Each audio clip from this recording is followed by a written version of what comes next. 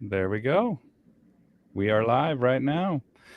Ladies and gentlemen, welcome to another live stream. It takes a while for people to trickle in. And while you're watching this, let me get one thing out of the way. If you guys like what I do, please consider supporting me on Patreon. And to my Patreon supporters, thank you so much. You guys can do it for as little as $5 a month. I have two levels, $5 and $20. And I'm uploading a lot more stuff on there. I'm learning how to do Final Cut Pro and documenting the journey that I'm taking with my dog that I have for training named Cinnamon. And I'm training her up to be a service dog and documenting her journey during that process. So check me out at patreon.com/bowwowbills. And I also have a few live streams and exclusive content that's only available to the Patreon audience. I have one with Omar von Mueller. Do you know Omar? The guy that now his The dog's name doing is familiar. Yeah, he does these paintings now with his dog. Oh, yes, now I know what that is. Yeah, I mean it's blowing my mind. I mean some of them are going viral, and he's getting really good at the realism stuff. And so I have a while ago we did one. He's a good friend of mine, and we did a Patreon exclusive live stream that I think makes the whole, like, if you just join to watch that episode and then sign off or whatever, that by itself is worth it. Do you know Dr. Ravi Iyer? No, don't know who that is either. He's got this supplement, and I don't get paid for this at all. It's not sponsored or anything, but I use this stuff. It's called Atlas. He does Ayurvedic medicine, so medicine from India, right? So herbs and whatnot. This is for the dogs. This is for the people. Zeus. Atlas is for the dogs. This is for the people. Highly recommend it. I'll put a link to his website. He has like this, a tiger balm where you put on your, right? So he has the same stuff. This one's for the dogs, and he has a balm for the people as well. Ayurub. And the reason I love this stuff, not just for my dogs, but my wife swears by it. So Dr. Ravi Iyer, good stuff. Check it out. I'll put a link in the comments. And with that out of the way, I'm going to share this on my page. Were you able to find it and share it, Julie? Yeah, I did. Okay, fantastic. So I'm going to share this. And while I share this, do you want to give people a quick introduction and let them know where you're at and what you do? Sure. So I'm in New Mexico in an area called East Mountain, which is basically just east of Albuquerque. I moved out here from Albuquerque 2 years ago because I was tired of the crime and everything going on in the city. And I have 13 acres, so it's quite different, but I love it. And I got to drive a little ways to get to a store or anything like that. But it's given me some different perspectives on dogs living out here too than in suburbia. So we can talk about that. Because I live in New Mexico, I work with a lot of feral dogs. So Larry Crone's calling me really quick. Hold on. Here, I'm going to just message him. The animal welfare situation in New Mexico is, I think, the worst in the country. And there's a lot of feral dogs. So people either get dogs and set them loose, or they just wander around and, breed by themselves, and then they end up feral, and then usually the shelters and the animal control gets involved once they become some kind of an issue, whether they're killing chickens or forming packs in town or that kind of thing. So I got involved in that about 6 years ago. And so I just keep loving to work with them because they're fascinating, super smart. Learned a lot about dogs by working with them. And so that's kind of where I concentrate. But I got started with dogs, basically fostering dogs, long time ago, 15 years ago. And then we adopted a puppy who was a German Shepherd Bloodhound mix. and she was a little bit problematic. She was trying to bite people. She drugged me across the street and attacked dogs. She was 95 pounds, right? Like you name it, she pretty much did it. Look at Larry there and say, not an excuse for not answering your phone. Sorry, I'll call you later, buddy. But And yeah. So then I hired a dog trainer to help me with that dog. And before that, I wasn't involved in dog training at all. I was 40 years old at this time. And I hired my now mentor friend, Phyllis Smuland. Okay. And she came out, and basically my dogs changed immensely in 2 hours. And I was fascinated. And then I started kind of following her around, and she was like, "Oh, if you have any questions about your foster dogs, let me know. I'll come out." And I kept bugging her, and kind of squeezed my way in there, became valuable, started working for her. And, we've done workshops and things together now. So that was kind of my start. Is she still around? If Phil's still working with dogs? Oh, yeah. Yeah. Okay. She's been training dogs for almost 40 years now. After we get off, I would love to maybe contact. These are just like when I read a book, Julie. Yeah.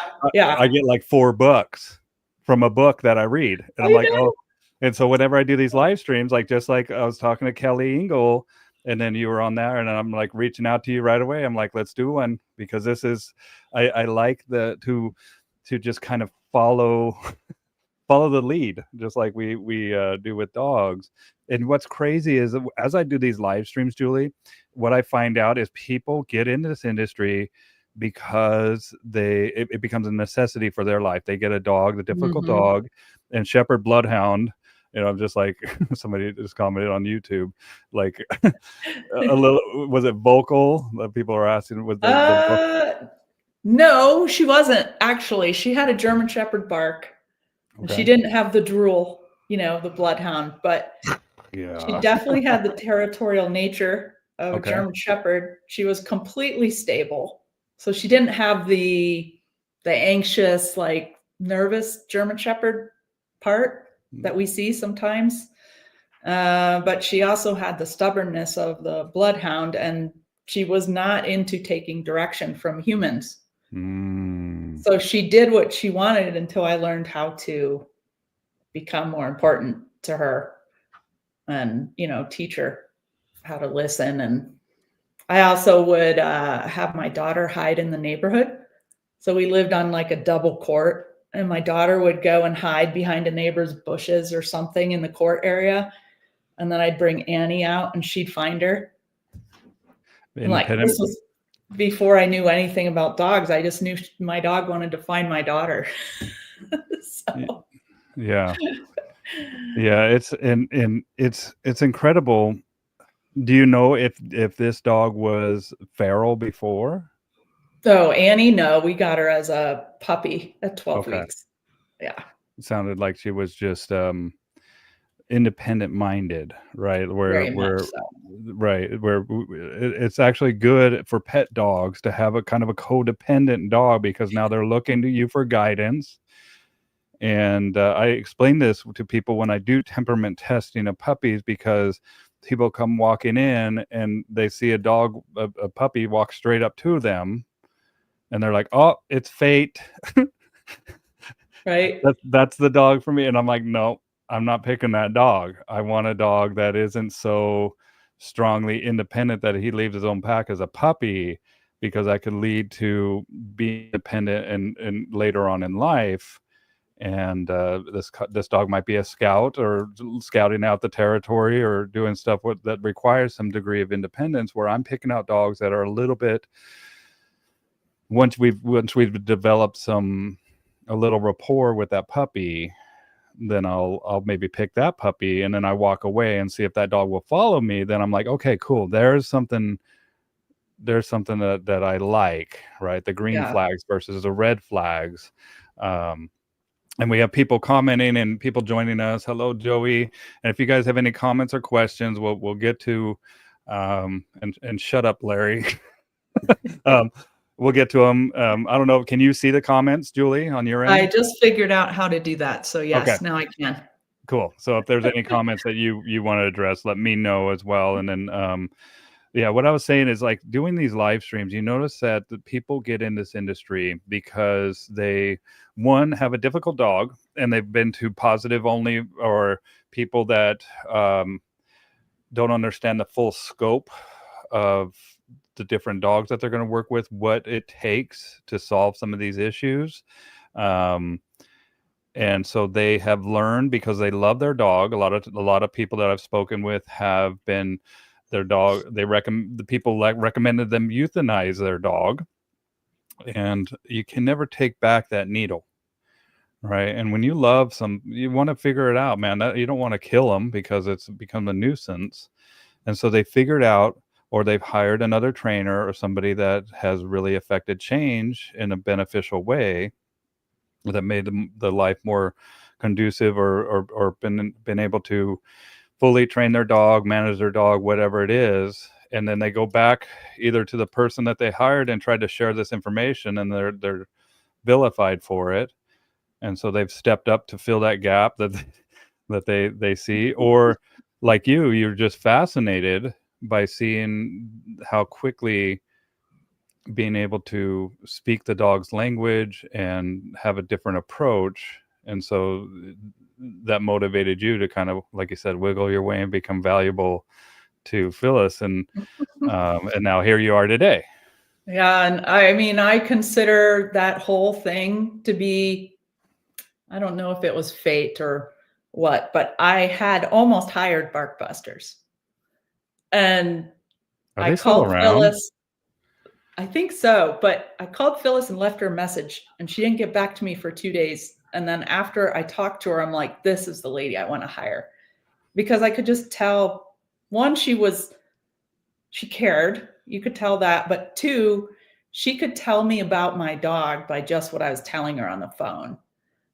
And so I hired her, and I consider myself extremely lucky to have hired her, because now looking back on it, I could have hired any number of people. I didn't know anything about dog training. And we managed to keep Annie. She died of old age. She did not die because she did something. Yeah. And she definitely was going down that road to where she was going to really hurt somebody or another dog. And then after that, she was my helper dog for 8 years, 9 years, until Chardonnay came along. And then Annie's like, I'm retiring. I'm going to go lay on the couch. You take over, Char. So she was very, very helpful in helping a lot of the foster dogs I brought in. And I learned a lot from watching her and how the dogs trusted her and followed her around. And on the flip side, once we moved to Albuquerque and my kids were old enough to stay home alone, I was actually really glad I had her because I knew if anyone came into my house, my kids would be safe. But I never, ever want to have a dog with that potential again. Yeah. Because it's a huge responsibility. So. What was your profession before you started training? I stayed at home with my kids. I was a stay-at-home mom. I was the stay-at-home mom that started fostering dogs. I've seen a few of those, So yeah, I did that for 20 years total, until they left for college. And as they were getting older and they didn't need me to be home as much, I started doing my own, being more involved with dogs and going back and working with Phyllis for a few weeks a year and, things like that. So way, way back, I have an art degree. Oh, cool. So that's another one of the things I really, really like. And I think art helped me to see things. Because if you can't see what the dog is telling you, or you don't notice those things, you're not going to be able to be as effective. And with art, you have to really be able to see and figure out why something looks like it's behind something else, or, you have to be able to ask questions to figure that out. And I had a mentor in painting that said, if you ask the right questions, you'll get the right answers. That's right. So yeah, I think that all helped me with dogs, but I don't know. I was just hooked. I put the painting aside until I'm older. Are you painting now? No, I haven't done it in several years. That's one right there. That's Okay. one of mine. But I plan to go back to it eventually because I do love it. Yeah. But right now I'm in this zone and I have some things I want to accomplish before I switch. Well, and you know what? Another observation that I've made is a lot of dog trainers are artists. Yeah. And you know, they have, and I think, well, dog training is an art and a science in itself, Yeah. right? And just like with painting, I mean, do you do oil or acrylics or both? Oil was Okay. what I ended with. Yeah. So there's a science to the oil, right? You have to let a certain layer dry, and then you have a way of mixing the paints. There's and different brushes that you use, or what do you call those knives? The palette knives. Yeah, palette knives or whatever, Yeah. right? And bring about different effects, blending, whatever you want to do. And so that's the science behind it. And just because you know how the paint works and what the brushes or the intended purposes are, doesn't mean that you're going to be a great painter. It's just because then you have a science, Yes. or excuse me, an artistic aspect. And I'm an artist myself. I'm a glass artist. And so Oh, I have cool. a studio out here, and I need to blow glass too. So I haven't been on the torch for a while. So I'm going to encourage you, Julie, and I will follow suit. We need to get out there and create. And I just wanted to do something that wasn't dogs, but now I make little glass dogs. You know, I know. Well, I paint dogs, so right? there. Totally. We're nuts. You know, you realize your passion bleeds through in Yeah. different aspects, and I think that's the beauty of it, is like, this is authentically who you are and what you feel the desire to create. But you're right, like observation, and I talk about this a lot, is it, you know, there's a couple things. One is the art aspect of this is truly fundamental, in my opinion, because when you observe, and just like you're observing these feral dogs, we see nuances in behavior. And when we see a painting, or when I see glass, I see it in a completely different way, Mm. right? Or if we're a blacksmith, right, we can watch somebody just pounding this piece of metal, and it will get boring to somebody that doesn't know what they're doing. But every single pound is meaningful to that, Hmm. to the creator. And so same thing with dogs. And I think that's what the danger is for a lot of these industry businesses that are like barkbusters, or systems that people just think, oh, I don't need it's not an art, it's completely science. I just need a one blanket strategy approach to all dogs. And you're going to get in trouble doing that, or thinking that you got it all figured out. Like Hmm. we're always learning as artists. We're always watching, observing, and kind of piecing it together based on the accumulation of knowledge we have, and we're looking for an eclectic knowledge base. Um, and as soon as you think you've got it all figured out, you're dead in the water, right? Yeah, and it was funny so I didn't learn to paint in college. I learned to paint after I found, again, like I was just super lucky to find this lady who was a fantastic painter, but actually a really good teacher too. And those two things are not the same. You can be a great artist, but not know how to teach. So everyone would go and buy the canvas she used, the brushes she used, the paint she used, the same colors. And then they'd be like, why doesn't my painting look like yours? And it's like, well, this lady can make a piece of art from chalk and a sidewalk, right? Like she doesn't, it's not the things, it's the skill behind the things, and the experience and the intuition and all those things that come with it. And so it was just funny. But I think the other thing art helped me with was just being resilient and not getting too, because you had to go through critiques and things. That's right. And so people would not insult your art, but like your art is like your soul, right? It's not. Sometimes they would. Sometimes they would. Like my husband's an engineer, right? So if something he makes is more, it's not quite as personal. It's like a piece of art that you put out there. And so when people critique your art, you learn how to, you're like, okay, I'm not going to, get all upset and go cry after class. I'm going to listen to them and try and make it better. And so it kind of helped me build a tougher skin, and also just ability to listen to people that were honestly trying to help me. They weren't trying to be mean. And we would all do it for each other. But the other thing that I learned was that you don't have to create something perfect the first time. And this seems so obvious to so many people, but for me at the time, it was not obvious. I thought what I put down had to be perfect the first time.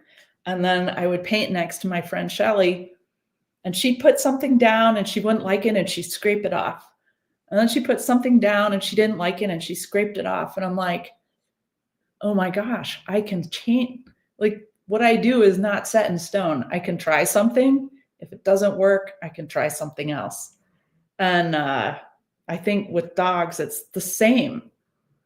We can't be afraid to kind of try things, granted things that aren't going to cause harm, but try things and see what works and what works for that particular dog. And like you were saying, yeah, with art, like you kind of get down, I'm like, okay, now I can paint a dog, but now I'm going to paint human hands with the dog, interacting with the dog. And then you can build, difficulties and skills that way. So it's kind of the same. Absolutely. And for me, like I have a guy that is a really good glass artist. I mean, he sells hundreds of thousands of dollars of pieces. And he's a friend of mine, and that's kind of what got me into this. I was like, I know a lot of good artists, and and it takes a while. Like I'm not even near their level, even after doing this for many years. And I just always remember him saying, because I would just throw stuff away. Like I'm just like, I don't like it, I'd throw it away. And I give it away too. Like that's my biggest pleasure, is to just give people like something, because it's a unique medium. And people are like, wow, you made this? And I'm like, yeah, I did. And I thought about you when I made it. So this is for you. And I still do that. That's one of the things that I love about it. But what he said to me one day was like, dude, why are you throwing this stuff away? And I was like, because I hate it, dude. I'm not there. I don't.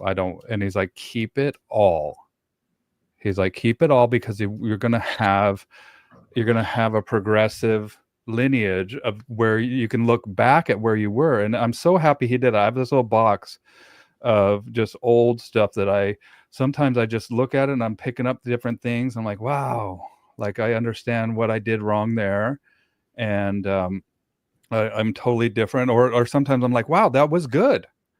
Like you thought it was bad at the time, but it's actually really good, man. Like you did, like your symmetry and like the design, it was a good idea. Let me see if I can recreate that with the knowledge base that I have now. And I was watching these artists from Murano, Italy, and there's different fields of glass art. There's a soft glass, which is the big, they call them glory holes. Oh yeah. Which is hilarious to me. But you put the glory, or you put the blow tube in the glory hole, and you gather glass and you blow it up and you shape it, and then it's soft glass, you have a lot of time to manipulate it. And then just like with you can put the handle onto a vase, and if it's not in the right place, then you have a second to maybe move it, or so it doesn't expand and contract very quickly. But the glass that I work with is borosilicate glass, and it expands and contracts very quickly. And so the properties of these glass are, this one's very rigid. You have to kind of have a different mindset of approach. And just like with different dogs, like we have dogs that are very quick and rigid, and we have dogs that are soft and sensitive.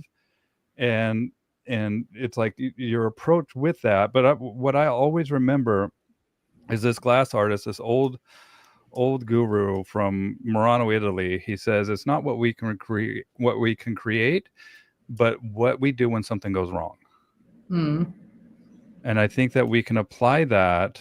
Like, you have to be willing to suck at something, and that's just the way it is. Like, you have to, when you get into something, you have to kind of humble yourself and just be like, look, I don't know what I don't know, and there's going to be times that I'm going to suck. Yeah. And it's okay. Like, be okay with that. There's going to be, during the journey, there's going to be varying degrees of discomfort that you're going to experience. There's going to be varying degrees of discomfort that the dog is going to experience. And you got to be okay with this. Yeah, I bought a book named called, I think it's called Certain or Uncertain. I can't remember the title right now. And I've gotten through like a chapter and a half. I have a lot of books that like you said, I have good intentions, but they sit around for a while. But it talks about how being certain of ourselves and that we're doing things the best way is actually the worst thing. And they talk about doctors in surgery, as an example, that if you are so certain. Omar's calling me now I got to text him. Sorry. If you're uncertain. If you're so certain what you're doing is right, then you can make a lot of mistakes. And so it helps to be a little uncertain and open to new things.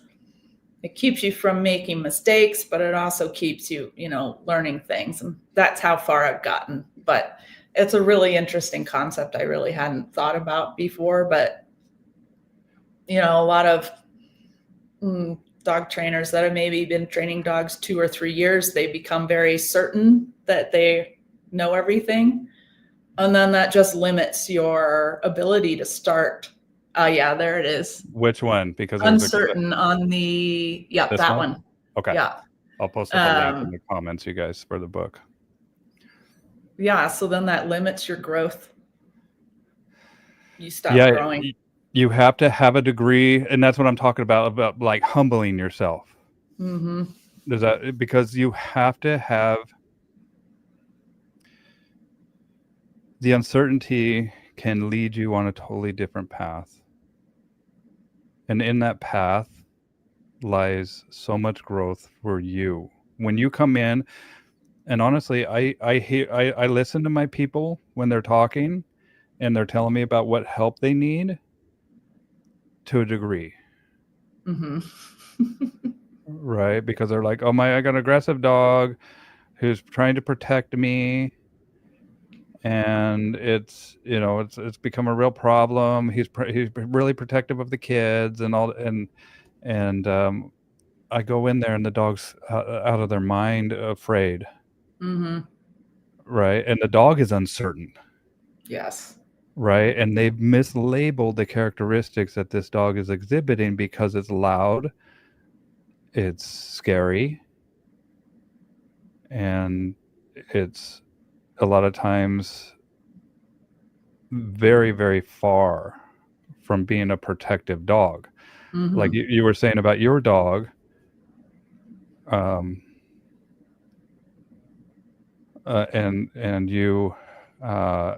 you said that she was stable, right? Because they were asking if she was really barky, right? And so that's what, to me, a protective dog is: much more stable, a lot quieter, right? And definitely meaningful with their actions.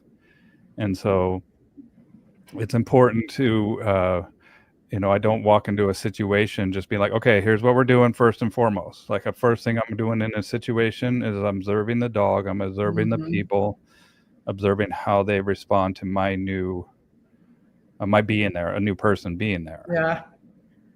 Yeah, because most of the time, if you just let them talk and do their thing, you figure out what's going on.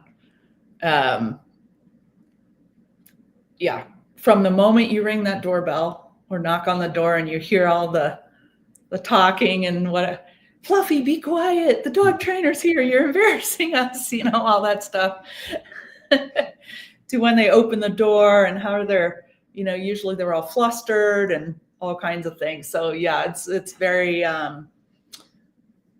very telling if we just let them talk. And it's important to, I think, give them what they really need, even though if it's not what they're asking for, but explain why, and not just go in and teach the same things to every person, every dog. So I only do in-home lessons, partially because that's how Phyllis did it and that's how I learned to do it. But also I think it's the way you can help people the best, because usually they're having problems like that in their home the most, people coming in or just situations in the house. It's also kind of the most dicey way. So I'm very careful about how I explain, how to have the leash on the dog and all kinds of things before I go there if I think there's a problem. But I like going to people's houses and seeing exactly how everything is.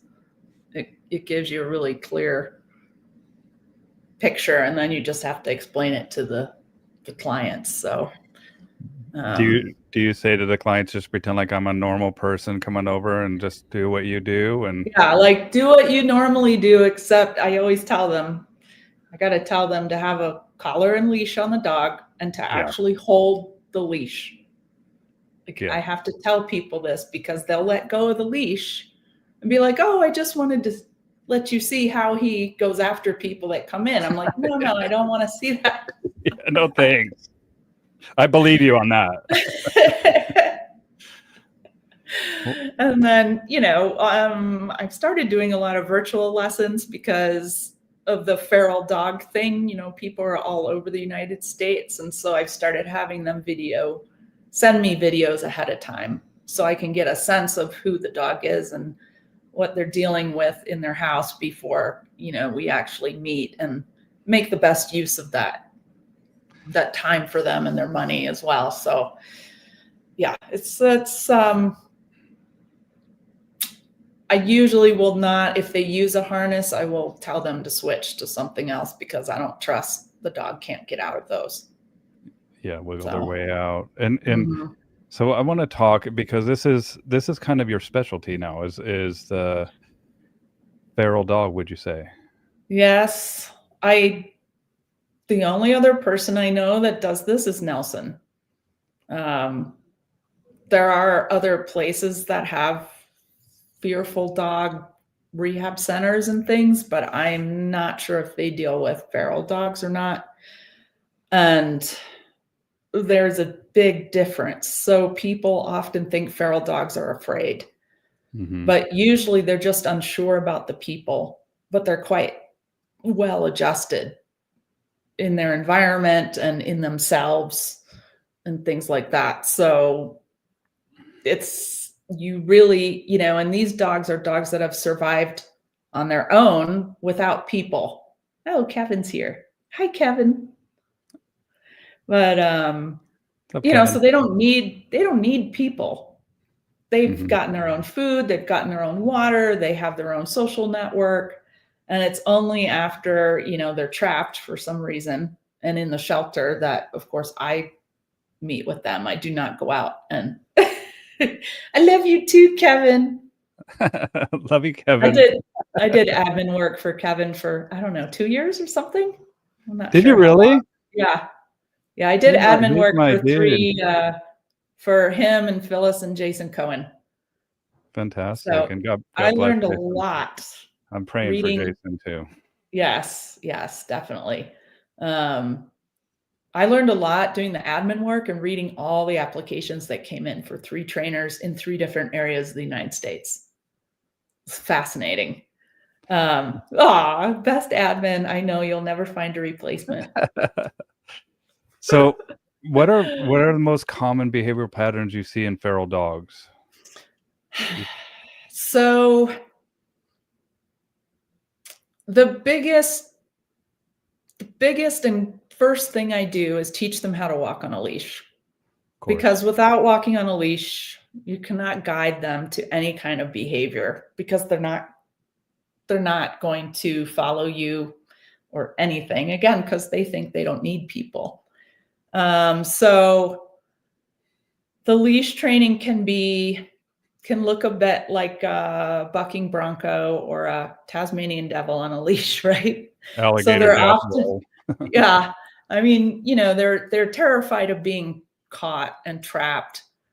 And I know there's a lot of other people that put this off till later, but I actually think it's more humane for the dog, because as soon as they can walk on a leash, they can get out of their kennel. And it takes 2 sessions typically for me to be able to take that dog out into a field in front of the shelter. And so then this dog, who's probably been sitting in the shelter for a month or 2, not getting any kind of stimulation at all, because it can't walk on a leash and no one can, you can't do anything with it, quickly learns that people mean, oh, we're going to go out and do what I want to do, which is go explore nature. So the leash training is the thing I do first, and it's probably the thing that makes people freak out the most, because they're afraid the dog's going to hurt themselves.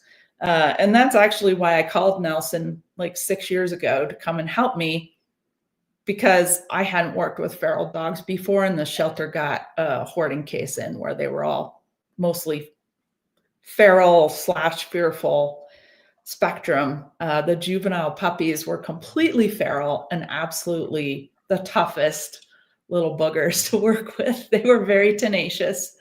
But the thing about these dogs too is they just understand tension and release to such a slight amount of tension on the leash. And so once they get over that initial panic and realize they're not going to be hurt, and they also can't get loose, communicating with them is so nice, because you're dealing with a raw dog that hasn't been influenced by people.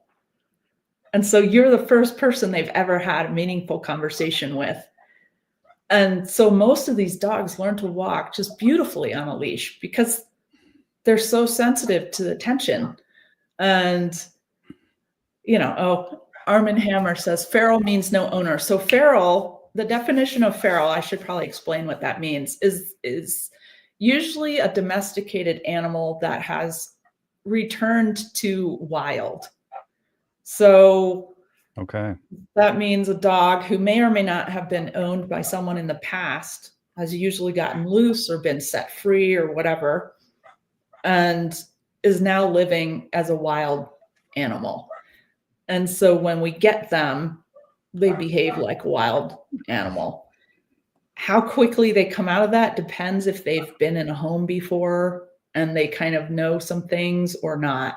So my dog Tipton, he was born feral, and he was always feral when I got him. And then there's lots of other dogs that once they kind of learn how to walk on a leash and get in a home, things kind of click. They're like, oh yeah, I remember this, and you can tell, like, if they understand how to go in and out of a door, they may have been in a home before. So feral dogs don't understand that they have to, the door swings like this and they have to walk around it. Yeah, you can see little. Hold on, keep talking. I'm gonna get on these dogs. Right? Okay. I'll be right back. So, yeah, training the dogs to walk on the leash is usually the first thing that I do. And I think there's a big underestimation of the dog's abilities to heal. That's fine. Those little boogers. Yeah, there's a cat walking on. Is that your skipper keys? No, these are dogs that I'm working with that are actually just, well, they're other people's dogs. OPD.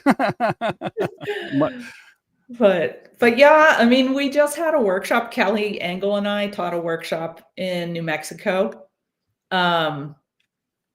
and people signed up to live with a feral dog for 5 days. And the changes these dogs made, Kelly and I actually went to the shelter twice and worked with them on leash because we needed them to have a certain amount of knowledge to be able to do these things with them. But the amount of progress those dogs made in 5 days, they were interacting with us. They were glad to see us. They knew their group of people. We were taking them on hikes and everything. I think people greatly underestimate these dogs' abilities to become pets, quote unquote, live with people. But you have to show them that you are important, and giving them food is not going to do that. So that's where we get into the relationship-based stuff. Yeah, and I want to stay on because you were talking about how most of these feral dogs were owned, right? And somebody let them go. A couple questions, like what are the language cues that you pay closest attention to? And how do you assess if a dog is feral versus just extremely under-socialized? Under-socialized towards people? Yeah. Like if they were just, I mean, it would kind of be like I've had dogs that were just neglect cases too, Mm-hmm. like just tied out in the backyard or something like that, right? And so that might be a little bit of a different approach because they've had people, but they've become independent minded in a feral way because they just, like, I had a dog and I stopped working with rescues because it killed me. Like I didn't have the emotional bandwidth after a while of like, I can't stand to see. It made me hate it. I mean, I love people, but it made me not like people. Like, right. Does that make sense? Like I had a dog, Yes. one case, Rufus, that I actually took the dog. And because I went out there and all I had was bags and bags of empty dog food. They have trash everywhere. And all they would do is grab a bag of dog food at the store, throw it in the backyard. And that was it. Mm-hmm. And so, yeah, I mean, the first hoarding case that I worked on, there were dogs of lots of different levels like that. So this lady was a registered 501c3. So people were sending her donations. She had 96 large dogs. Very few of them were under 40 pounds. And a lot of them lived in cages, like 5x5 pens, most of their lives. But this gave me kind of a good spectrum, which I think is what you're asking, like, how do you know the spectrum? So we had one dog named Jack that we knew was born there and kept in this pen for his 3 years when I started working with him. And then you had dogs that were like you're talking about, that people had given this lady their dogs, sanctuary, right? And they had obviously been around people. And I'm not sure if this lady had staff that was mistreating the dogs or not. There were some that seemed like maybe they had been mistreated, like, physically. But then there were some that were just super shy, but you can see they still have that inkling of like domestic dog there. like looking in the eyes, like subtle, yes. low wag. Yeah. I mean, I have a picture of one that, would come up to the fence and take food from our hands, which isn't always a sign of anything. But this dog, you could just tell by her body language, she wasn't terrified of humans, and she a lot of it is you won't even know until you start working with the dog. So I actually did trap one dog that someone asked us to come get that was living under an abandoned trailer. And we didn't know the history of this dog, although the neighbors said she belonged to the man who used to live there and he died, but that was 2.5 years ago. And so she was living under this trailer, raising her puppies, and the water pipe happened to be leaking. So that's how they got their water. Okay. But so we trapped her, and you would have thought, I have video of her, absolutely wild dog. But within 3 days, she's like following me around the yard and she's acting very domesticated. With the feral dogs that are like born that way or been that way for a long time, that's more like a 3-month process versus a couple days. Yeah. So sometimes you don't really know. It's just kind of working with a lot of them and getting a gauge of what the normal patterns are in their rehab. You know, and there's definitely feral dogs that are very, very few of them are aggressive towards people. Most of them just want to be left alone, and they actually try to avoid conflict with people as much as possible. But there are occasionally those outliers that are actively forward towards people, which those are, you know, usually not the ones I work with. Well, and I've seen them too, where they're outward and to a point where they realize I got to try this, and then they go inward, and then they have to realize that's not the solution either. Yeah. Right. And so and then that's when we really start working that dog, is like, okay, buddy, that didn't work either. I'm not the right guy to bite. That didn't get you what you wanted, which was to get away from me. Yeah. I'm still here. Now, when you say that you trap them, do you use catch poles or just crates? Do you do a trap or? So I've actually only trapped 2 myself. So usually the shelter animal control traps them, and they will use catch poles, traps, whatever. Okay.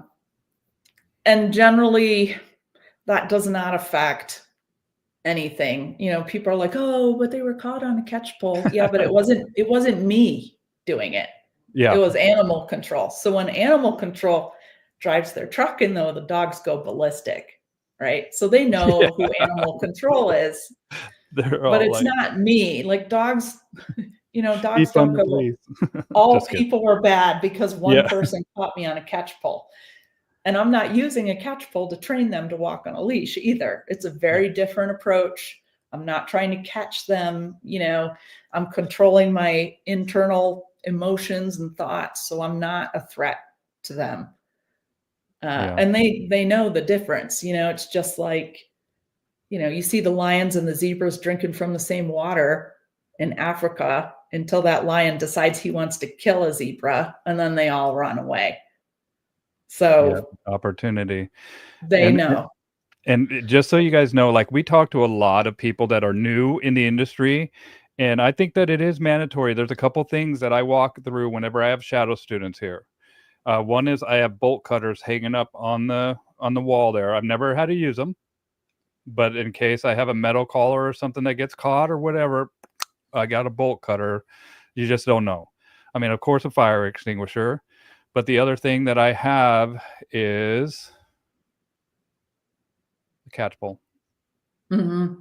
Right. And so if you're a professional, if you're working with dogs, get a catch pole. And I never used it. I mean, yes, I have used it once. Right. But it was in a hairy situation where I'm glad that I had a catch pole, man. Exactly. Right. And so, like, I'm going to put a link to this up in the comments, you guys, if you're new in the industry. $100, it's worth it. Bolt cutters, and these are things that you have to worry about. Just like we were talking about with the art, right? Is not what you can make, but what you do when things go wrong. And you need to have protocols. You need to think of this stuff, and that's the beauty of hiring people like Nelson. Of working with people like Helly, like Julie, that are specialized in a particular niche of this, of working with feral dogs. Because even as pet dog trainers, I get dogs from Korea. I get dogs from a lot of them from Mexico. A lot of them that you know, they communicate differently, and it's important to know, hey, look, we need to have certain tools, even if we never use them. It's good to have it. I'd rather never use it, but have it. It's like my gun. Like, sorry, I have a concealed carry permit. I've never had to use my gun. Right. Yeah. But I'm sure glad I got it, and I get out of hairy situations. but it's along the same lines of just thinking Well, in yeah. depth. Yeah, and we live out in, rural New Mexico. We have rattlesnakes. So what did I buy? I bought a snake catching pole, right? So we have it when we need it instead of waiting. Be proactive, right? Not reactive. And I would not advise people to go in and start working with feral dogs. That's not the first thing you do as a dog trainer. If you want to learn how, yeah, those they work great. My husband's had to use them a couple times, but because I yell, I'm like, Kevin, go get that thing. But anyway, so yeah, I do not go in there wearing protective gear though, because I had a student come to a workshop that said that they used to put on a bite suit to work with feral dogs.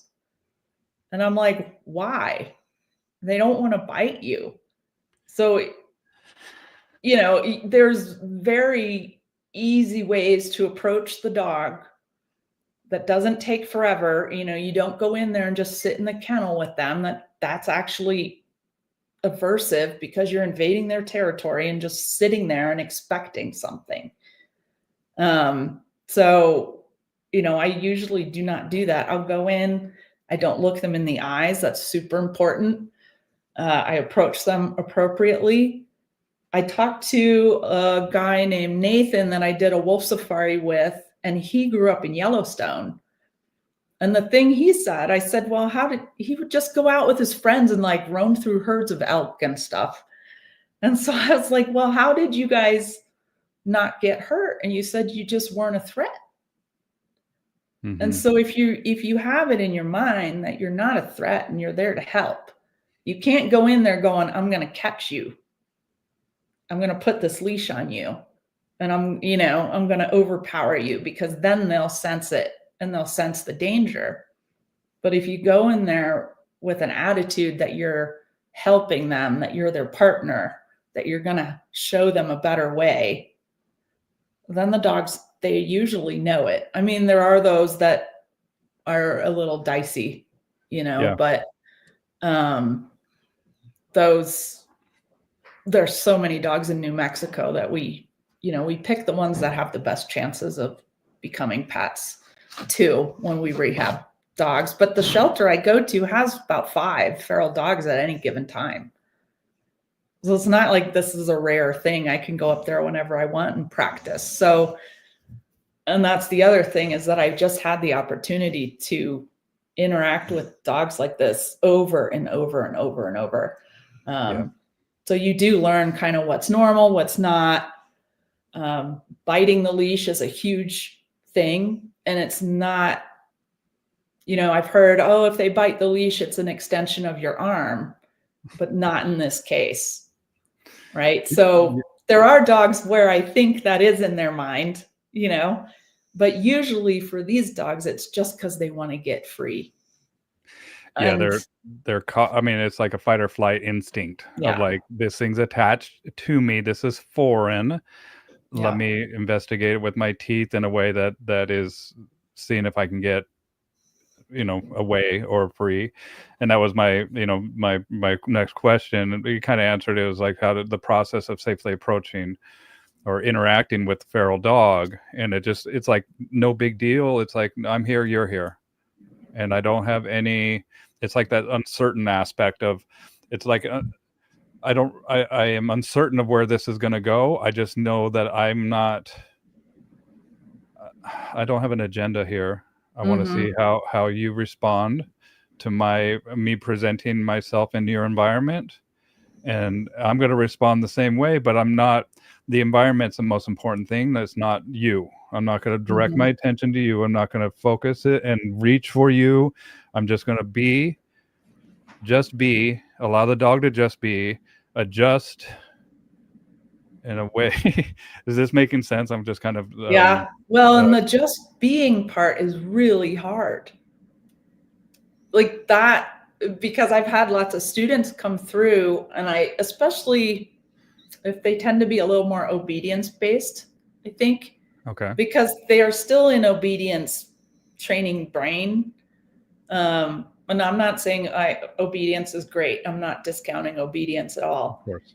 But if you add this component in with the obedience, then you can really, like, dogs just will gravitate towards you because you're becoming a team together in survival for that dog. So you're adding value to that dog's situation.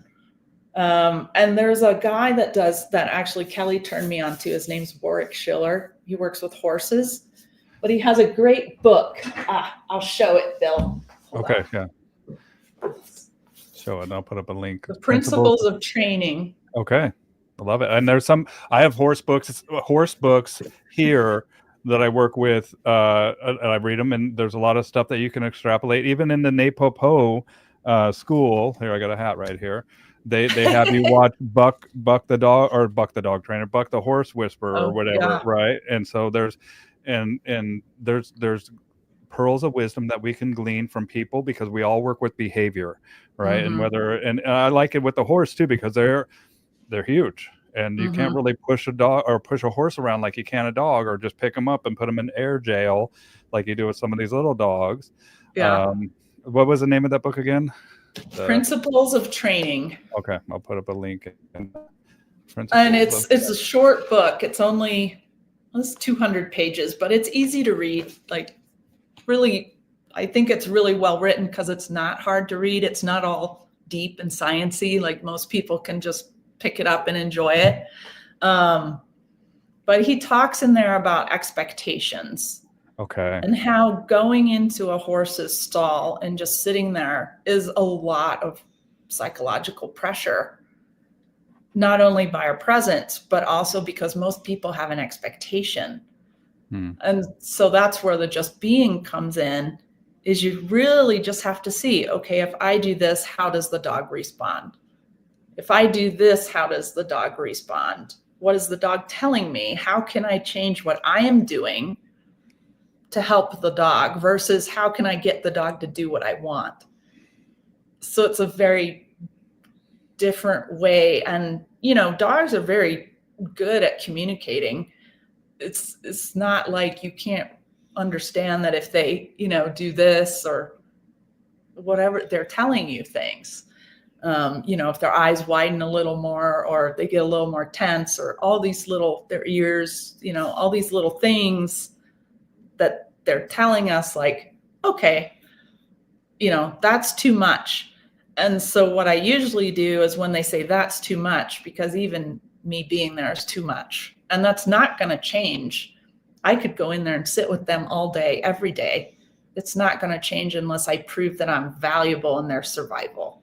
Yeah, you got to build rapport. Right. And it reminds me of, like, I'm sitting there making dinner and I'm cutting, and my wife just comes walking up and just stands there, and I'm fine with it at first. It's like, and then I'm what like, are you doing there, right? what? And she's like, I just standing here looking at, and I'm just like, dude, can I help you? You need in the dishwasher? What's going on? Like Exactly. That's what it reminds me of. Like, and I love my wife. I love you. Right. I love you, sweetie pie. But there's sometimes that your presence can be like, dude, what's going on here? Like, I'm just trying to be myself, and that's what it reminds me, because it's like an enclosed area. There's a encapsulated space, and now you're here. And like, you're here. What are you doing?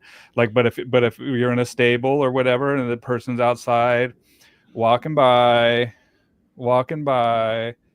and then grabbing another horse.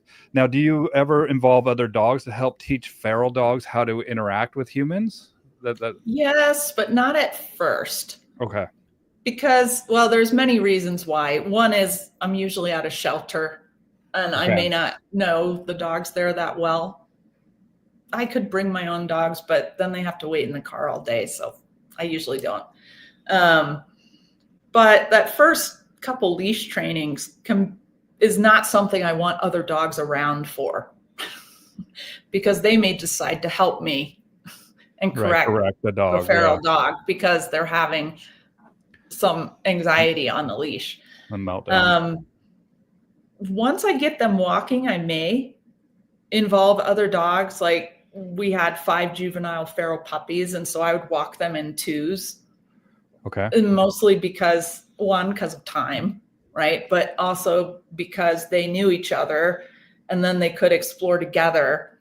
So my very first goal is just to get them moving on a leash. And I don't care where, I don't care how, I don't care if they're not going to heel, right? I don't care if they're in front of me running. If they're running in front of me, great. If they're trailing behind, that's fine too. It's just to learn, hey, you can move on a leash and you're going to be safe. That's the very first thing. Yeah. And so however we do that, I don't really care. It's up to the dog. And if they learn that, oh, this leash means I get to go out and sniff, I get to go out and get exercise, which of course is going to increase all their feel-good hormones. That's right. Because they've been sitting in a concrete bunker, basically. Then we really start to get that dog activated. So most of the time after my first session, the shelter staff has told me, oh, they're sitting up now. They're coming out of their indoor, they're not hiding in the indoor run area anymore. They're coming out a little and looking. And so I know that session is having a good effect on the dog. If it wasn't, I wouldn't be doing it. So, and I think this is where the formulas get in the way. Like the science tells us, oh, we can't stress a dog out. And if we scare it too much, that dog's going to become more afraid of us. It's absolutely, totally not true, because I'm actually not scaring it. I'm giving it meaningful communication that it's able to succeed at. And it's having a meaningful conversation with a human, which that dog's probably never done before. Well, and it's essential. It's essential in the human world that this dog, even though it's a little tough at first, but tough is good. Like this is a toughening exercise, but in a good way. Like you have to be okay with this leash, because the leash means lots of good experiences for you, dude. This means that we can take the next step here, right? And so it's something, to just wrap our mind around. Like there's gonna be a messy middle here, dude. This is gonna look like shit. Like, and be prepared for it. But once we get to the other side of this, and sometimes we'll experience, like you said, the foraging, the running away, and then the back behind, and then the sniffing, but then the dog goes back and is like, okay, cool, I'm not dead. I'm good. And then the dog starts to realize, hey man, I got some fulfillment here. I got some adrenaline up, but I also got a serotonin. I got some, I got to evacuate my bowels. I got to empty my bladder. They got to poop and pee outside. Like that is a great reward for a dog that's had to poop and pee in a shelter run.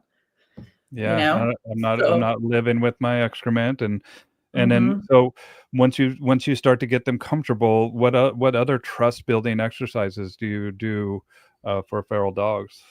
So this is where things start to really go far afield from typical training. Okay. So again, I'm thinking, okay, I need to join that dog in his world. I need to gain trust. And the best way to do that is to be a dog as much as possible. And I always tell people, I'm not crawling around on my hands and knees. That's not what I'm talking about. Come on. But some dogs, you kind of try and figure out, okay, what is this dog interested in? So I kind of watch them for a little bit. Do they want to sniff stuff? Do they want to, move quick? Do they want to hide in a corner and watch the world go by? Are they trying to find an escape route out of the shelter I work at has a large fenced area out in the field? Do they want to go around the perimeter of everything and hide, or do they want to run across the open field? Like, what is it? And for example, Tipton loved to climb on rocks and things. That was kind of what he wanted to do, whether it was to get a better vantage point and look out, or give him some exercise. That's kind of what I did with him a lot. So whatever that dog wants to do, even if it's hide in the grass and watch the world go by initially, that's what I'm going to do with it, because I am going to prove to that dog that I am going to protect it. And I understand they need safety. So Maslow's hierarchy of needs, the triangle, Yeah, of course. safety is at the very bottom. Enrichment is way at the top. And so I think a lot of trainers skip the safety and go right to the enrichment, right? Games, training, the fun stuff for us, supposedly. I like this part. I like to see the dog go, I am no longer afraid of you. Let's sniff this thing together. So, and if you work in a certain environment a lot, where the good smelly areas are. Oh yeah, there it is. So safety is second, right? Above food and water. Yeah. So I think that is overlooked. And even if you're training quote unquote normal dogs, those dogs still have safety needs. And I have a dog here. His name's Ryder. He's a total doofus. He's not very concerned about his safety, right? So for him, I mean, he's just happy-go-lucky, like goes up to everyone like, hi. But if the need arises, let's say the neighbor's dog is running around and he's barking and alerting to me to that, I'm still going to go and help him feel safe in that situation. Yeah. So with feral dogs, we need to address their safety needs. One, so they're not afraid of us, but also so we know about the environment we're in. So that means a lot of sitting and looking out. If they hear something that they're concerned with, I'll acknowledge that. Again, like exploring their world, taking them to good smelly stuff, like getting down and sniffing with them sometimes. And sometimes you have to sniff something first and then walk away so they have enough space from you to come in and do it too. Yeah. But it is absolutely amazing how quickly they will engage in this stuff with us. It is like within 2 hours. So a lot of people will try and use food or targeting or things like that. A lot of people think that the belongingness and love is at the bottom here, and they don't realize that they've skipped not just 2 steps, but 2 of the biggest. That's why it's a pyramid, folks, is that the base is the biggest. And this is why psychological or physiological needs are first, like feeling satiated, getting water, like that dog that was living under the trailer had a good source of water, had some warmth, had a place that they can rest where they're protected from the elements and hidden from any threats. And I don't know how they got food, but they probably scavenged or had a trash or something that they can see. And then after that is safety needs, like security and safety. Once they're there, then I'm feeling okay here. But a lot of people think that this belongingness and love, and they want to put it first. And it's like, look, man, the dog needs these first 2 levels, and you're not even considering them. And safety is showing them they're safe is love, in my opinion. Right. My opinion too. And not only that, but it's viewing the world through that individual dog's eyes. Right. Yes. And so we're taking up notes, and I want to go to the comments. We haven't been in the comments here, and I have some, so I just want to make sure that we get this. So here, let me put this on you and I, and then feral means no owners. What's up, Tom? It's my buddy from Boise, Idaho. I grew up with him. What's the difference between a feral dog and a stray? Could be the same. Could be the same. Honestly, I think dogs start to turn feral after 72 hours of escaping their home. So I have a podcast, and I interviewed a lady that she traps dogs. Like, she loves to trap escaped dogs. And, a lot of people go and try and call their dog by name that's escaped. And at that point, in that dog's brain, it's gone back to survival mode. Interesting. So they very well could be the same. There I are hope. strays that are conditioned to people, though. You know, Yeah, in the world. and they're individual dogs that are more social for people, right? And it's just Mhm. who they are. They're like, cool, man. Like that's like my skipper keys. Like I do safety courses at elementary schools with one of my skipper keys because he loves kids, you Yeah. know. But my other dog, my little cattle dog, he'll bite a kid. Like Right. he just hates kids. Like he's like, dude, I hate you. I figured it out. I figured the cheat code with kids is I bite him first thing, and then I'm good. Like even if I punish him and put him in the crate, he's like, I'm good with that. Like get this freaking kid away from me, right? Yeah. And it's like I'm a dog trainer, but I have to like you respect the individual dogs, and like that's just who he is, man. And so it's like, okay, dude, no kids ever around Ash. Like he's Yeah. an asshole. I call him Ashhole. Who is them? You better say that. I don't know what you're referring to. Arm and Hammer, if you want to let me know. I wish my shelters let me walk by kennels with my trained socialized dog. I mean, that could be That probably would elicit a lot of react. negative behavior. Yeah, I think so too. Because Uh, usually I find that the they're dogs in the trapped. shelters are, you know, they're going to bark at a minimum whenever a dog comes out of the shelter. And I wish there was a way to avoid this, but most shelters are built so you have to walk past all the dogs to get this feral dog. This is the most stressful part. And it's not because of me, it's because that feral dog then has to walk past, you know, 10 dogs lunging at it from their kennels to get out. It's Who's it's not the best There's a couple experience. people that come to my mind. Excuse me, Michael Arms. You know who Michael Arms is? Uh-uh. I think from Woodward. Yeah. And I don't know. I mean, this guy made me cry my freaking eyes out. He used to be I wonder if he's still there. Okay, I remember.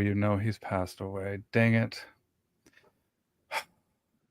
Yeah, and Anne says she thought feral dogs never had a connection with humans at the 8 to 15 week period of development. Okay. So yes, that can be the case, but also they could have been with a human and then escaped and been living with other dogs. Or I mean, in Las Vegas, New Mexico, there's a pack of dogs that roams around town, and they all meet at the gas station in the evening because everyone gives them food there.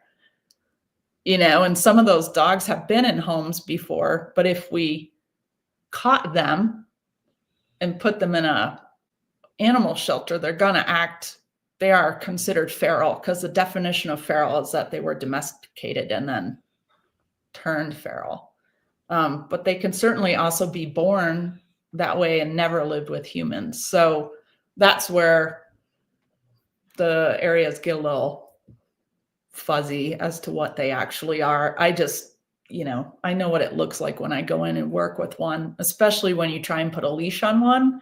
It's very different than, let's say, a fearful dog who's been living with humans and knows how to walk on a leash. It's very different behavior. Totally. Um, Well, and so, I would so the reason I mentioned Michael Arms, and the other person that I mentioned is Temple Grandin. oh You know, yeah. yeah, and Michael Oh, Arms. my husband sat behind her on a plane into Albuquerque and did not say anything to her. Oh, And I would he have. came home and he's like, I think I sat behind this lady. You read her books. And it's like, she kind of wears a Western style shirt. And I'm like, Temple Grandin? He's Yeah. like, yeah, I sat behind her. I'm like, oh my God. You know, I had a wonderful conversation with her at the IACP conference, and then I saw her at another dog event. And both times, you know what, and I don't mean this as an insulting way at all, because I love and respect her, but she has autism, right? Mm-hmm. And it almost reminded me of talking to like almost a feral human. I don't mean that Mm-hmm. insulting, because she never looked at me in the eye. and I would talk to her. I mean, I talked to her about so many things, and I watched a TED talk with her on the night before I talked to her. So I talked to her about her brain scans and, you know, all this stuff, and she's very matter of fact too. Yeah. And she's like, her visual cortex is very wired like a 8-lane highway, like it's and so she's very visual, and so that's how she got into these slaughterhouses and would watch and change the way that these cows would approach. And she talked about redesigning shelters to mitigate. And I'm like, this is brilliant, Temple. This is because it's the same. Like, she would get down there and she saw this chain hanging down, and the cows would balk at the chain, and then that would cause a big backup. And she was like, I know that this is a slaughterhouse. These cows are walking into their demise, but what are we going to do? We got to eat these. We eat these. This is part of life. This is what we do. And so might as well have it be a less stressful situation. And she even talked about how she put her hand on a cow while it was being slaughtered. Like, she's just curious, just a very curious mindset. And Michael Arms used to be the head of ASPCA. And he has some pretty horrific stories. Like, I bawled my eyes out, and I was able at this, it was a blog pause convention, probably freaking 15, 20 years ago. And it was so cool because we rode the elevator together. And I was like, hey man, how are you? I'm Bill. Like, I'm here, Bow Wow Bill. And we hit it off in the elevator. And then he was the speaker. It's kind of like you with the Lima, but we'll get into that later.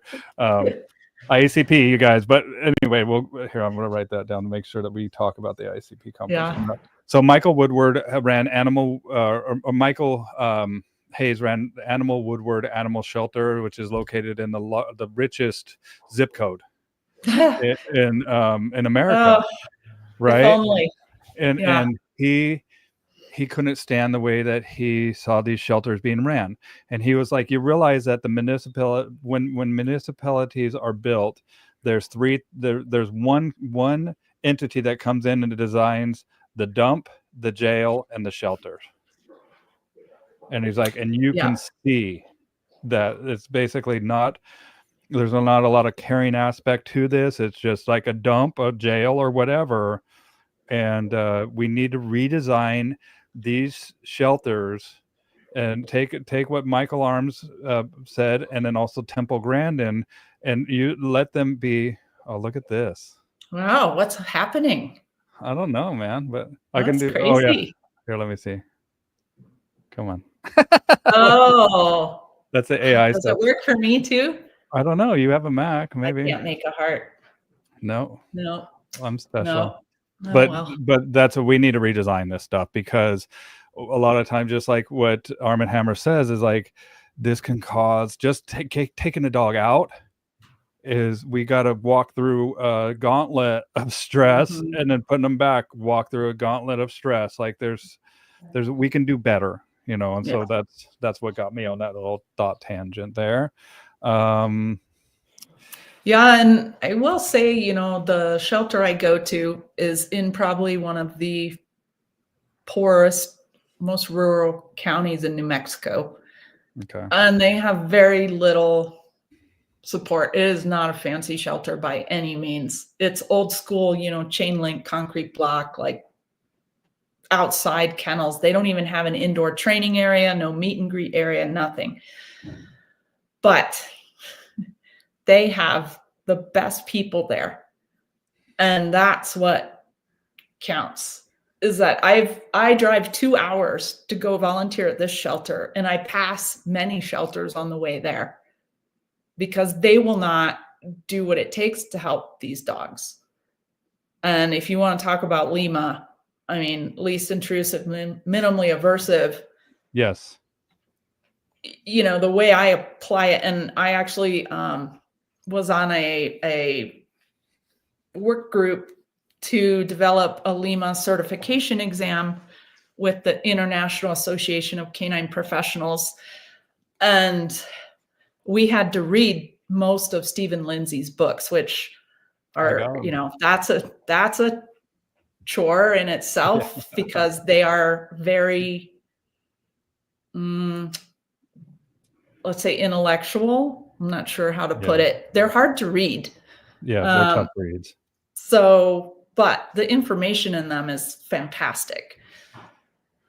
But, to read how he sees Lima versus how it's been portrayed in most other arenas is slightly different, although, it's least invasive. It's not non-invasive, and it's minimally aversive. It's not no aversion, because aversion to these dogs, again, it's just us being present. And you're not going to change that until you start to change your relationship. So, I actually consider what a lot of shelters and rescues and people that get these dogs do more aversive, because it takes so much longer.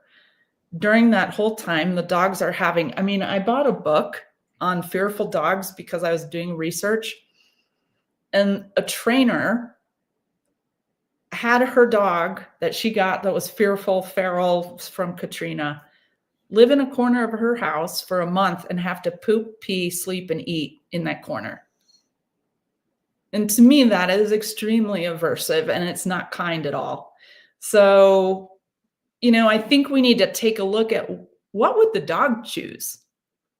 Like, there's all this stuff about consent. Would the dog choose to live in that fashion and not undergo any leash training at all until it can take food from the human, which is months down the road?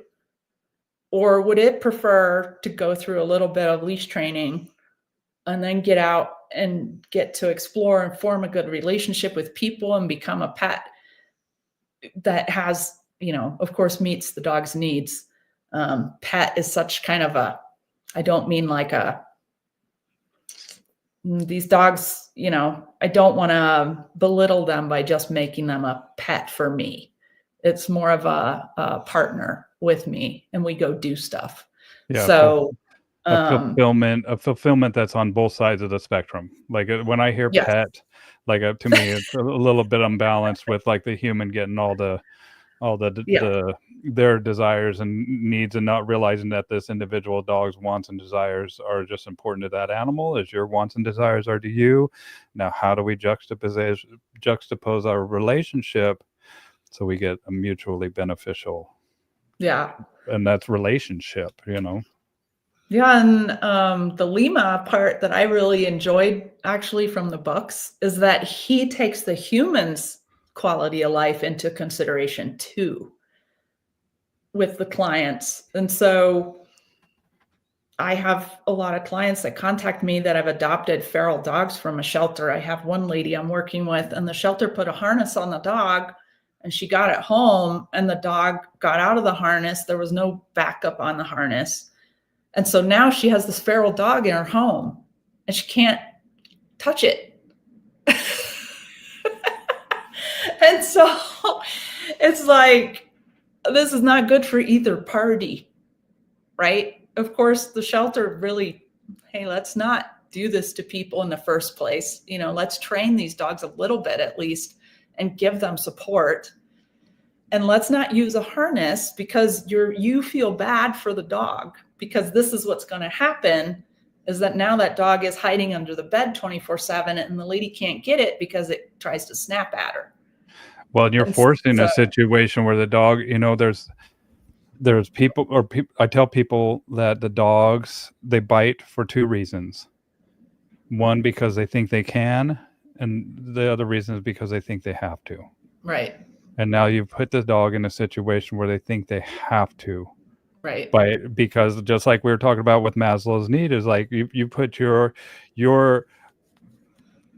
bonding and whatnot with this dog, you think that the dog needs to feel loved, right? Love is going to solve everything. Nope. Safety solves everything. Structure solves everything. Biological needs first, and then safety. And then once that has been actualized in a manner that now makes the dog feel comfortable enough. And, sometimes these dogs, a lot of times they don't even want to be touched, man. Like that's the other, like I've worked with feral dogs, And it was, how long in your experience does it take before a feral dog is comfortable being touched or handled? So this is one thing I changed a lot after Nelson came and helped me out after we had the first workshop in New Mexico, because usually the first session Nelson would touch the dog. And it was so funny. I joke with Nelson because, he came to New Mexico and he did not know these dogs at all. And the shelter workers would just get the dog out and he'd take the dog and just go with it. So it was like, it was great. It was like, a reality show. Like, I've had him here. But he would make enough rapport with those dogs by, entering the dog's world, sniffing or protecting them and doing something familiar. So usually we would do kind of a pattern 3 times. And so the dog would then get to know where it was going and where it could kind of rest and where it would walk and where it would sniff and all that.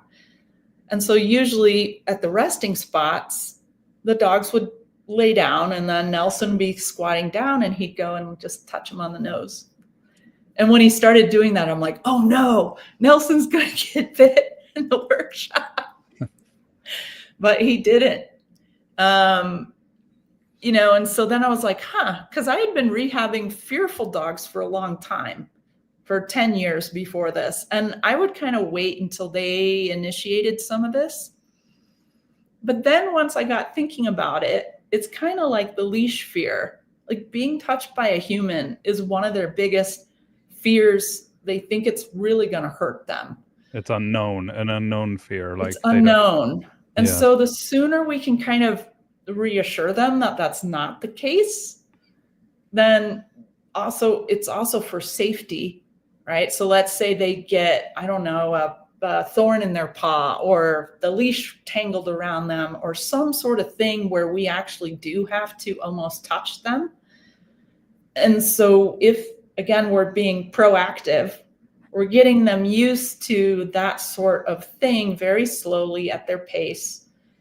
And you would touch them and they kind of go, oh, I'm okay. And then you touch them again and they're like, oh, I'm okay. And then usually if you start kind of scratching here, they get this look on their face and they're like, well, that kind of felt good. Yeah. I'm not sure if I should like it or not,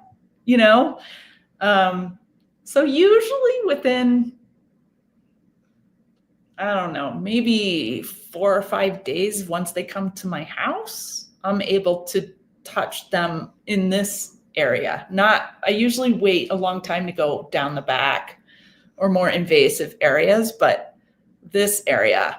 And, they have a leash on all the time at my house for a while until they'll do the routine by themselves. And even just picking up the leash all the time, you're just making these very non-threatening motions where I'm not even looking at the dog towards them. And they're just getting used to your hands, meaning, good things or nothing. But yeah, that's something that I actually have changed a lot. And like my dog Tipton, he loves to be scratched. Loves it. And he's learned over the years, so he would come to the workshops with me. And like the first year, all he'd do is walk behind everyone and sniff their butts while they're sitting down in the chairs. Yeah. And then people would start like slipping him a little bit of their snack or their lunch. And then he's like, And so then he started making rounds more. And all these people were always just sitting down, like pretty much ignoring him. And then I was like, well, he really likes to be scratched here. Why don't you try that and see? And so they would scratch him a little bit. And then, over a couple years time, because the workshop was only 2 days. Now he's shameless of going up and being like, pet me, give me your food, all this stuff. And he'll do that here at my house when visitors come too. It takes him a few minutes to kind of settle down, and that was all pretty much on his own by just having positive things happen. I just kind of did it as an experiment just to see, how is this going to play out? Is this going to work for him without me really? I wasn't really involved. I was in the room. And so, he trusted me at this point. I don't know. Are you familiar with like attachment styles in parenting? Of course, yes. So you have the secure attachment style, Mm-hmm. and that basically means your kid, and people be like, oh, parenting doesn't apply to dogs. Oh, yes, it does. Yes, it does. Like, we're basically their parent. They're, I don't even say pack. I say family unit because we're not pack because we are in a way, but it's more in depth than that. So yeah, absolutely. Parenting aspects apply to this relationship. Yeah. And so the secure attachment style, is where your kid or your dog feels confident enough in themselves to kind of go out and try something and then come back to you, and then go out and try something and then come back to you, or maybe they try something and they get a little scared and they come back and check in. And because they feel confident enough, though, they'll go and maybe try it again. Right. And so that's how I want the dogs to eventually be. I don't want them to be reliant on me, because most of these dogs have to get adopted. That's right. I want them to gain confidence in themselves so that they can go out and try things and maybe come back and check with me. And then when they get adopted, they check in with the other human. So I found a lot of value in reading about secure attachments in humans and applying it to dogs. And I had some questions about this too, about a placement, right? And do you use a criteria to decide if a feral dog is a candidate for adoption? And there's also the times that, have you ever had to make a call that it isn't safe to rehabilitate? There's so many, let's start with those two. So making the call, yes, definitely. Because the shelters in New Mexico are overcrowded population. Overpopulation is a huge problem here. Yes. And so, like it or not, if we have a dog who's feral or not feral, it doesn't matter, but they're showing that they're going to be a threat to humans or other dogs in a way that is, not controllable, like the kind that'll jump out through a window, right, to attack a dog sort of thing. Generally, the shelters here make the call. They're actually more realistic, I think, because they have to be, because the space resource is so valuable, and another dog could use that dog's run to save its life. Yes. That would not attack a human. So, yes. And I actually have some videos and photos of two dogs that sometimes I get called from shelters just as a second opinion, to say like, yeah, this one is, this is pretty severe behavior, because again, once you work with a lot of feral dogs, what's normal and what's abnormal. Yeah. And so, but finding the adopters, I'm not going to say it's easy, because it's not. You still, even when these dogs are rehabilitated, you still need a certain type of person. And over the years, I've been in rescue for 15 years. So a lot of times I'll have a picture in my head of maybe what a good home will look like, but often it comes in different forms than I think it will. So I've learned not to be too judgmental on that either, because we've adopted these dogs out as only dogs, which most people would be like, oh, you can't do that. They have to have another dog. It's like, well, not if the right person comes along, though. So basically what I look for, and I have one or two other foster homes that can also rehab these dogs that I've trained and have an interest in it. So it's not just me. But what I look for actually is a human that is aware of what their actions do to that dog. That's it. If a person is aware and willing to listen. So for example, if they're at an adoption event and here's a dog, and they go over the head to pet the dog, and the dog kind of goes like this. And that I've actually had people go, oh, they didn't like that. Let me try under the chin. And I'm like, oh, you're like an angel, right? Yeah. You're like, hey, what's your name? What's your number? Yeah. I'm like, oh, I need your contact info right now.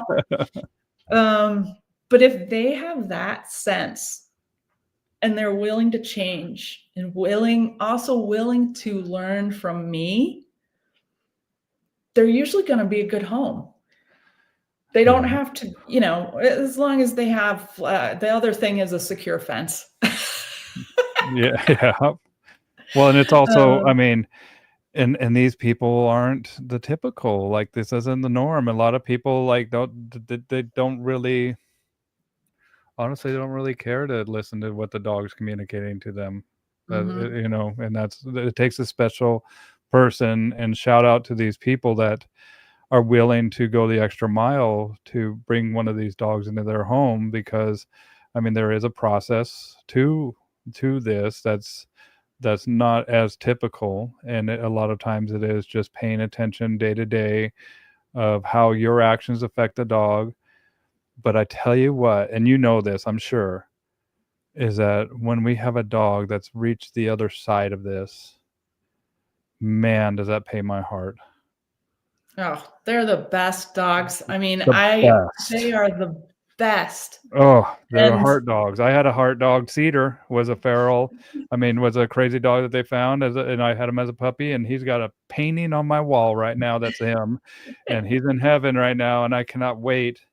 I dream about him every once in a while, and I'm just like, man, I dreamt about Cedar, and I've had a lot of dogs, but that dog, I mean, they're the best. Yeah. Yeah, and they're so, it's a different kind of a bond. So we had someone at the workshop, she's like, well, I'm just, not quite feeling like a connection to this dog. I'm like, well, these dogs, and this is true of New Mexico dogs in general, is that they're not overly Velcro-y to people unless the people actually create that. And so you don't get that like, oh, I love you, I love you, I love you sort of interpretation, right? Because we know what the dogs really think, but it's this deeper, it's this bond that you are actually surviving together. That dog looks to you for its well-being, not just as a source of affection or cookies or whatever, most people want to be to a dog, and there's nothing wrong with that. I mean, I do all that stuff with my dogs. I've tipped in to do like circus tricks and roll over and all kinds of stuff, right? Because it amuses me and he likes it. So, but underneath there's this thing that's different. What do you wish more people understood about the nature and needs of feral dogs? Like, what is it that you wish they just got? Because there is a difference between, a Velcro dog that is, I call them push button dogs. It's in some ways it's easier, and some ways it's a pain in the ass, because then we got the separation anxiety, then we got, destructive. So what do you wish more people understood about feral dogs, nature and need of them? Well, and this might go to all dogs, because I've learned what these dogs have taught me. If I apply it to the other dogs that I work with, they're so much more willing and cooperative. And there's, it's just so much easier, which is, dogs are not put on this earth, I don't think, for us to just get all our needs met through them. Amen. Our emotional, like, they're not emotional sponges. They're not there for us to just hug when we're lonely.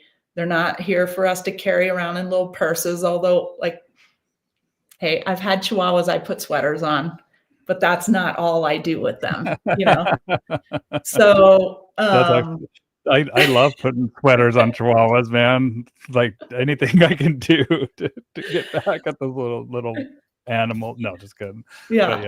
But if we really, really, really watch them and how good they are at communicating with each other, telling each other their boundaries, telling each other, working together for survival. I mean, in a way, that's what we're missing. The humans are missing, which is why they want the dog in the first place. But then they don't grasp that, how to really, really connect with the dog in this like more primal way, I guess. Yeah.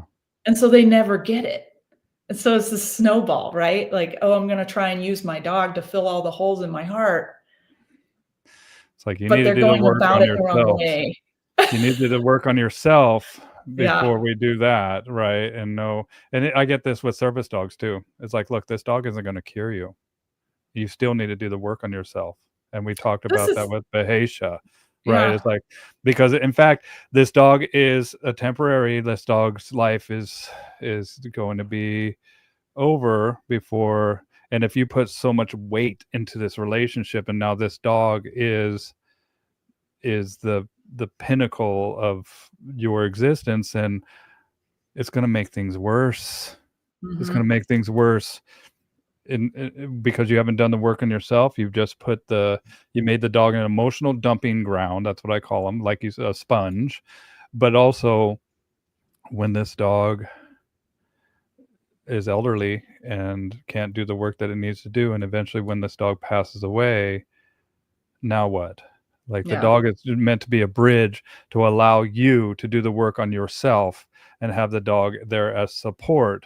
But I have to reiterate this a lot. Like, this dog isn't a cure. And it's important to know.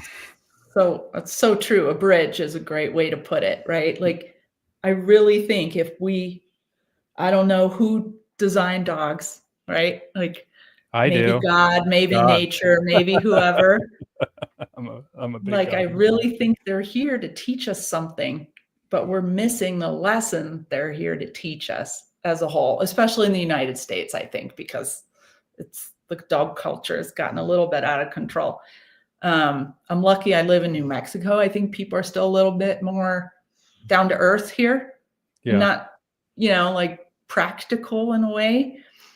And also here it's a little rough and tumble. So, like moving out here with my dog Tipton, who was feral, before I had like this little postage stamp yard. And then out here I have half an acre of fenced yard. And 13 acres of property too. Yeah. 13 acres. So the first time I let him off leash in the half acre, it's like you could see him. He went a little feral again and just started like pacing and completely ignoring me. It was like I wasn't even on his radar. So I was like, so how am I going to gain his attention in a larger space with more critters and everything? And so how that actually happened was I hunt mice with him. Yeah. So he's a great mouser.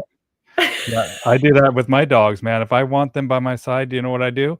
I make this noise, and then they turn, and because I started with Gopher Hills, and then they were like, oh, it's on, right? And I become a team, and so it's like bonding. But there's some dogs that, like my Skipper Keys. Ask Kelly, she knows. She has Moccasin. I have Pecan, her sister. And like, it's just like one of my Skipper Keys every once in a while is like, dude, I'm out. Right. Like, and I'd be like, dude, get back here, Alder. What are you doing? He's just like middle claw right to me. And I've learned to just let him explore, man. Like, I have identification and stuff on him. And there's just sometimes that he just gets this wild hair, dude. And I've realized that he's coming back, and 45 minutes he comes back and his tongue is out, and I hate it. But like you said, the other requirement is a big fence. And I have one of my properties fenced, but as soon as I get out of that property, and he did it, he's probably done it like twice in 4 years. But there's every once in a while, I don't know if he sees something that of interest that he's just like, or he smells something. But he gets on probation too. Like, I put him on probation. He's on probation right now. Skipper Keys. Yeah, damn it. Kelly's here. What's up, Kelly? Yeah, and and I'm just like, dude, I could go and look for him, and and I do, but I'm just like, man, he's coming back, and if not, then he's luckily a social dog, so if he sees another person, he's going to be like, what's up, and he's going to allow them to pick him up, and they're going to call me. I know that because my neighbor called. Like, I have your dog, dude. I'm like, put him in the car and bring him over here, or I'll come get him. Yeah. But yeah, and I see the wild in them, right? And it's just who it is. And I'm like, dude, I'm a dog trainer. like, don't you know I'm a dog trainer? Don't you know that, dude? You're making me look like shit right now. I sit him down. I'm like, look, buddy, I'm a dog trainer. I'm a professional, bro. Like, people, like, you can't do this shit, man. So, well, and I want to know too, like, what keeps you grounded, Julie? Like, because some of this is, when we make the decision, and just like I said, I didn't have the emotional bandwidth earlier. I don't work with rescues right now. I feel maybe drawn back to it. And like when Kelly left her business too, like she had some PTSD she had to deal with, right? And this is emotional toll of working with dogs that have been through intense survival situations. How do you keep grounded when dealing with tough cases and just overall? Well, I'm very careful about my circle of trust. Okay. Kelly said, she's like, you never use exclamation points in your text, do you? I'm like, no, not really. But anyway. That's the secret, ladies and gentlemen. But I learned early on not to, if anyone's going to be super emotional, petty, all these things that are in. There's people like that in the dog industry. Nope. I will be cordial, but they are not in my circle. And I still have friends from Virginia that I started doing rescue with 15 years ago, and they're great. I got, again, like super lucky with the people I met along the way, and the people that were good influences. I built that relationship, and then, and I have, I guess I'll say, strong women in my circle. I don't know why. It's not that I'm against having men in the circle. It just happens to be women. And then Kelly moved here, and I don't know, it's just something, like right away I felt like I had known her, and I didn't really have to like feel her out to see if she was trustworthy or any of those things. Yeah. So with some people, you just have that connection. The people at the shelter is the same way. And so I nurture those relationships. And like the president of the rescue, I don't run my own rescue. Why? Because I don't want to do the admin work. I want to work with the dogs, right? We don't always agree, but we're both confident enough in ourselves and things that we can have a discussion and then come to a solution. And, I try to also work with people that have skills that I may not have. So, like Phyllis and I would do workshops together, and she's great with the more like aggressive side of training, and I'm good with the more fearful side. And so we complement each other, and I think Kelly and I do that too. She has a lot of skills that I don't have or haven't used in a while. And so, we're better together, if that makes sense.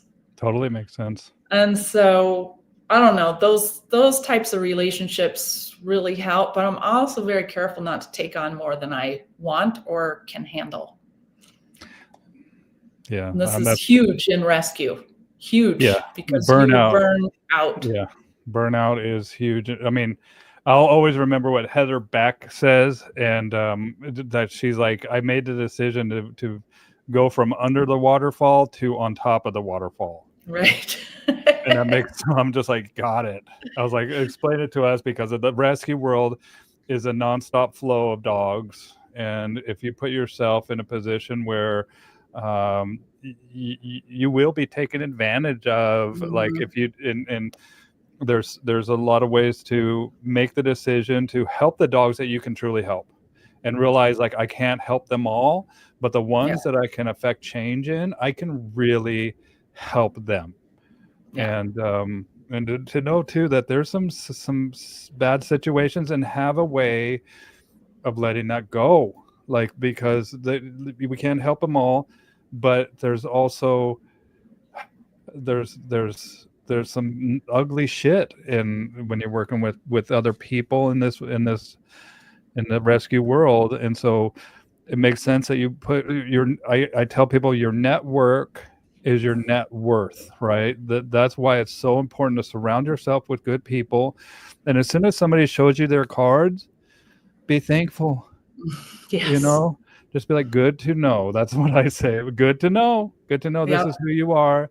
I wish you well, but I can't have that interfering, that poison interfering in my psyche, my well-being, my relationship with my wife, any of that stuff. And I'm glad that I have property and I have my own thing going too. And good people have the wherewithal to realize who good people are, but also surround yourself with people that can help you. That's one thing for me, because we talk about attachment styles. I am a people pleaser, right? And I've realized but that can be a detriment, and I've been taken advantage of many times. And so I have people like Adrian Forsyth, shout out to my buddy Adrian, who help me with qualifying other people. And she has the eyes. Larry Crone's another, because he's been a federal agent, right? And so he has the Pat Stewart, he was in Special Forces. Like they have the wherewithal to recognize when somebody might have ill intentions. And I remember having a conversation with Pat. I was like, dude, I told him, I wish I had that. He was like, oh, Mike. He's like, I wish I was like you, because you see the best in people. I do. I try to see the best in people, and I might get taken advantage of. But he's like, on the flip side, I see people as a threat a lot of times, and that can hinder the rapport, the ways that I can build a relationship with them. Where, does that make sense, Julie? I know. Yeah. No, I'm pretty neutral, unless people, like you said, show me their cards. And I'm usually grateful if that happens early in the relationship. Yeah, it sucks when it happens later. You're like, oh man, I thought you were one person. But and also my husband, right? I've been married for 33 years. So he puts a limit too. I know he doesn't want to have 10 dogs in the house and that sort of thing. He supports what I do, because he lets, like I can do it. He'll watch the dogs while I'm doing something, or, various things like that. It's not quite his thing, which is fine. Yeah. Thankfully, Yeah. And, it's, I think in training too, and this may just be an age thing too. As you get older, you realize you cannot control other people. And the only person you have control over is yourself, Yeah. I see a lot of posts, oh, my clients won't do their homework. Should I fire them? Should I blah, blah, blah? And I'm like, just teach them. They're showing do up, the best man. you can. They're showing up. They're there. And awesome. Well, and so before we go too, because we're chatting it up, I want to mention, and here we have coming up here at the end of July. Yep. The IACP conference, and I put up a link, you guys, to IACP Dogs in the comments below. So, and you're going to be there, correct? I am. I'm hunting on. They have a pre-conference day.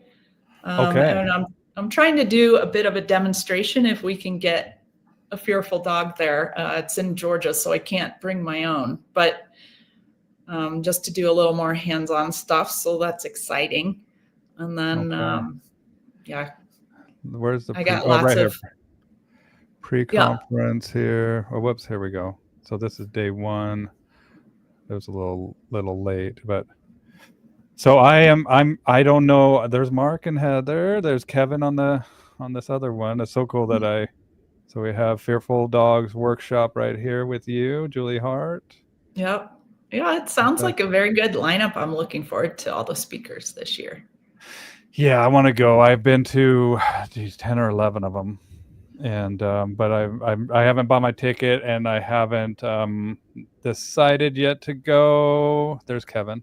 There's our guy. Is there going to be a hypnotist there? Shut up. Had to get that in somehow, Bill. Had to. You know what? I'm really good. Like I'm a good meditator. For those that don't know, I was hypnotized a couple times, and I guess I'm really easy to hypnotize. And I've been hypnotized in like psychotherapy and stuff, and it's been rad. Like it's been very cool. And if there is a hypnotist, Randy, we're actually friends on Facebook now, Randy Chirac, and I always like, dude, if you're going to hypnotize me and you're going to get some benefit out of this, give me some benefit, like help me with sugar, help me with like maintaining my fitness schedule, like get some stuff in there too while I'm out jumping around or doing what, and it is I don't really, I mean, you remember it and you're good, but it's like I don't know how to explain it. You just kind of go into a different level. And yeah, I don't know if there's going to be a hypnotist there. I tried to sneak out last time that they was there. He's like, "Where's Bill? Where's Bill?" But it's fun. It's all good fun. It was great. It was great. I think that was one of my first conferences, and I just, it just kind of broke the ice for the whole thing for me because it was okay. Good. Because afterwards, I'm like, "What the heck are you doing, man?" Like, yeah, but it's fun to be vulnerable. It's fun to be to network. That's why I go to these conferences. I mean, to learn from the speakers, but to look people in the eyes, look people in the hands and shake their eyes. No, look people in the eyes, shake their hands, give hugs. And like I was saying, your network is your net worth. And so if I do go, I'll let you know as soon as I buy my ticket, Julie. And yeah. And then let's give a shout out to Hart. I want to put up a link to your website. Is there anything that we didn't touch on that you would Hart Canine that you want to chat about? I'm doing a workshop in North Carolina in late October. I'm doing a workshop in England in September. Oh wow, across the pond.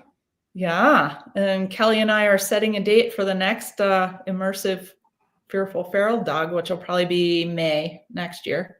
Okay. Maybe I'll come to that one, but I'm definitely coming down there. I'll let you know when I'm in New Mexico, and we'll go out to eat or something. And yeah, that's a beautiful state. It's the sky beautiful. In New Mexico. That's where like there's just something about the sky. And I've been on plenty of hikes there, and I miss it. I was there for a few years. But the city is a little hairy. Like there's definitely, especially in the valley and or old Albuquerque or whatever. I can't remember what they called it, but I remember a few times that I was, that's why I have a concealed carry license, because I don't doubt it. I was driving and I just closed the bar as a bartender at the Laughs Comedy Club, and I was driving and there were some guys messing with me, man. And there was like a gang of guys, and they were like trying to like just mess with me on the car, and screaming stuff at me. And I looked down and I was doing work on my apartment. I had my little tool chest and I had a hammer there, and I held up the hammer. It wasn't a real gun. I held up the hammer like I had a gun. And like that, and they drove off immediately. Wow. And I was just like, oh, I'm getting a gun tomorrow. I'm doing whatever it takes to protect myself. So I've never had to use it, but that's the story of, and that was when I was 21 years old. Breaking Bad is a documentary.